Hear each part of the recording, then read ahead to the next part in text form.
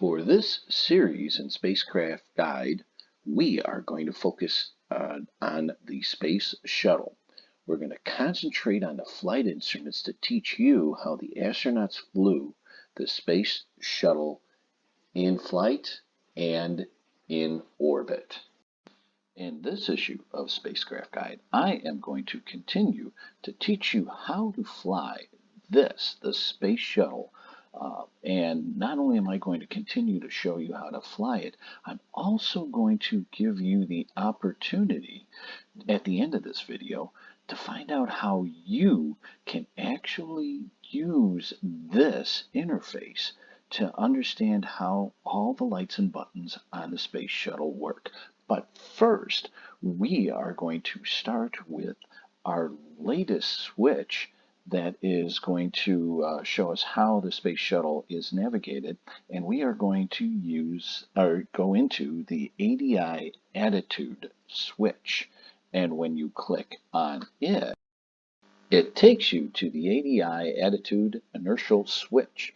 And you can see from the description here of the switch that it determines the unit's frame of reference, which is either inertial or local vertical, local horizon, or reference. Now we're going to define what they are. The inertial position allows the flight crew to view the orbital's attitude with respect to the inertial reference frame using local stars. So this switch, when we put it into inertial, is going to use the stars, that's right, star charts, to determine exactly where in the universe that the spacecraft is. If we go along here to the LVLH, which is local vertical, local horizon position, it shows the orbiter's attitude from an orbiter-centered rotating reference frame with respect to Earth. So when we put this switch into LVLH, this is for orbiting Earth, which is that's very helpful when we come to things that are also orbiting the Earth, like maybe the space station. We can get a reference of where we are in relationship to it. But more importantly, that's which is going to be telling us where we are in our orbit. Have we hit where we needed to be in our orbit? Are we on the correct trajectory or not? So that switch is very, very important to make sure that the Space Shuttle is safe.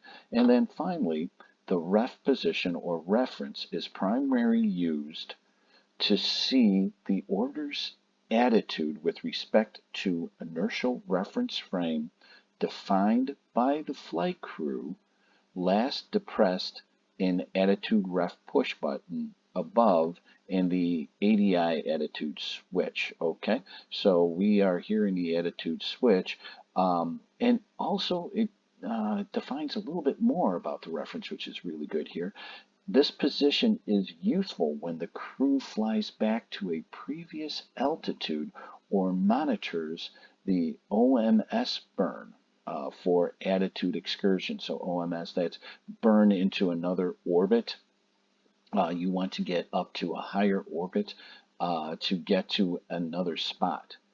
So what this switch is doing then, if you put it in reference and you have a previous attitude, you might want to use that for, let's say, docking with the space station or docking with the satellite. The Space Shuttle did a lot of docking to help the satellites, the very famous one being the Hubble Telescope. So it put the satellite up in orbit, and then they would pull away from it and then see if it was working correctly when they were fixing the lens. And if it wasn't, they had the reference to go back to that to the satellite and refix it or do any other kind of minor adjustments that they needed to do. So this is a very, very, very important switch when it comes to figuring out where you are, either in reference to another object,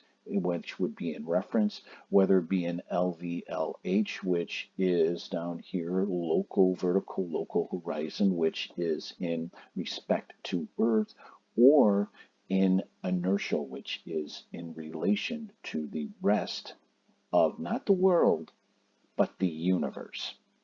So that's all that I have for this week.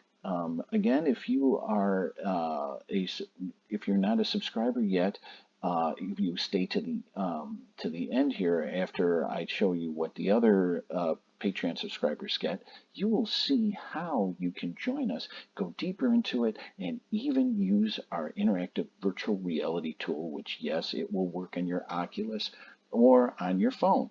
So, but now, if you are a subscriber to my Patreon page, even a free subscriber, and like I said, this is free.